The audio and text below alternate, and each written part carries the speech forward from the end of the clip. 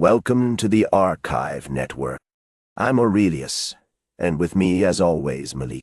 We curate the philosophy archive. Today, we open a new file. Al-Farabi. Torshara. Malik, you've had this one on your desk for a while. Picture a world where philosophy is a fresh arrival, not some settled authority. Ideas from distant lands are remade through translation, reshaping minds and cultures. This is the world that shaped Al-Farabi.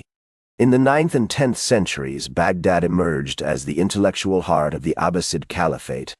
It became a vibrant hub of debate and rivalry, where scholars exchanged thoughts and challenged one another. In such a dynamic environment, new ideas flourished, and the core of knowledge was rewoven. Baghdad buzzing with thought was such a beautiful contradiction.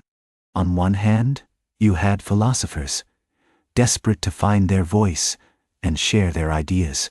On the other, theologians and jurists were firmly in control, shaping public discourse.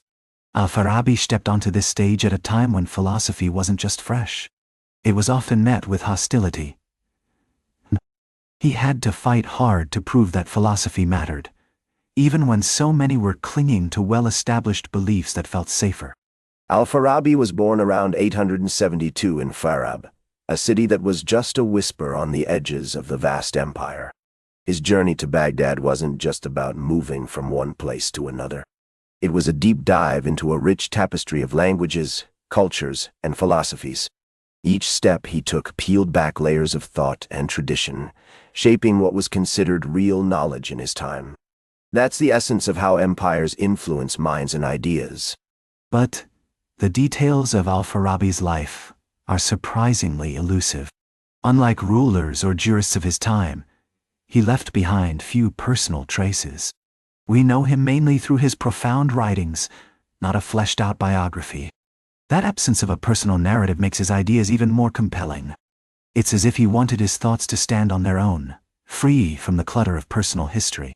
In a way, it invites us to connect with his work on a deeper level, focusing on the ideas rather than the man.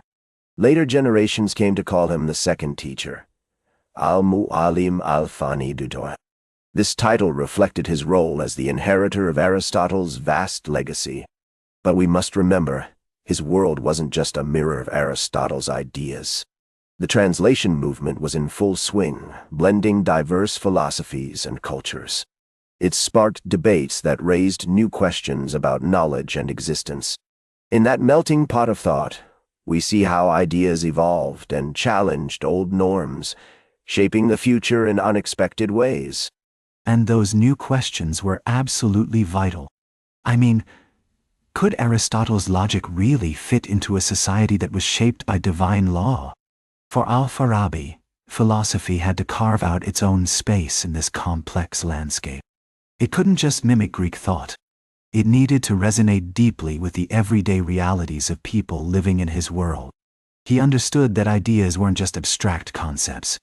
They had real implications for the lives of individuals, for their struggles and their hopes. The competition for intellectual authority was incredibly fierce. Theologians, jurists, and physicians all staked their claims to knowledge, each trying to outdo the others. Philosophy, the outsider in this fray, often borrowed language while scrambling to defend its own relevance.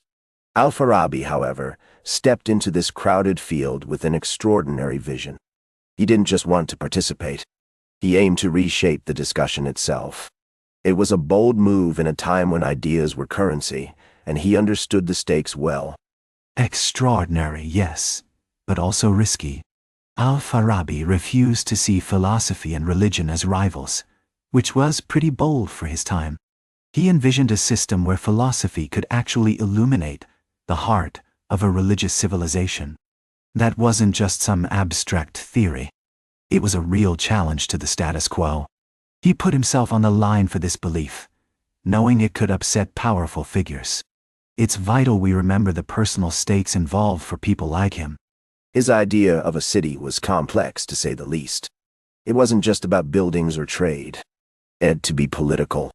Education, ritual, and law were essential in shaping the souls of its citizens. But we can't overlook the philosophical aspect. The city needed a leader who truly understood reality, someone who could embody philosophy itself. Al-Farabi envisioned a ruler who wasn't just a figurehead but a wise guide, steering the city toward a higher purpose. That's the essence of a well-structured society. But that raises some serious questions, Aurelius. What kind of ruler could truly bring together scientific knowledge with the weight of civic authority? The old answers just weren't cutting it anymore. We saw how kingship could easily tip into tyranny. Al-Farabi was really calling for a fresh approach, a new blueprint for leadership that could resonate in a world so fragmented, where the stakes were high and the human cost was felt by everyone. We need to rethink our definitions. Al-Farabi's answer was nothing short of audacious. He didn't just suggest that the city needs a philosopher alongside its ruler. No, he went further. He proposed that the ruler should embody philosophy itself. This wasn't a mere tweak to existing models. It was a radical departure. By suggesting this, he was questioning the very foundation of authority in society. He forced us to reconsider who should lead and how deeply wisdom should intertwine with governance. It was a bold vision for any empire. And it was a vision that demanded engagement, not retreat. Al-Farabi looked around and saw the fragmentation of society as a challenge to confront, not a reason to step back. He believed philosophy shouldn't just sit on the sidelines. It should be the architect that rebuilds knowledge and brings people together. Imagine the people affected by this disarray, yearning for connection and understanding. That's a profound shift in thinking that speaks to the heart of what it means to be human. Ultimately, Al-Farabi envisioned a city where the ruler acts as a vital link, connecting the world of the intelligible with the realm of the imaginable. This interplay of prophecy, philosophy, and politics was nothing short of revolutionary. It wasn't just a theory. It was an experiment that challenged the very foundations of governance. By blending these elements, we can see how he sought to reshape leadership itself. This bold idea could push us to rethink power dynamics in our societies. That's where we leave it for now. Part 1 of 5. Al-Farabi is far from done. If you're new here, we're Aurelius and Malik, curators of the Philosophy Archive, part of the Archive Network. Part 2 drops soon.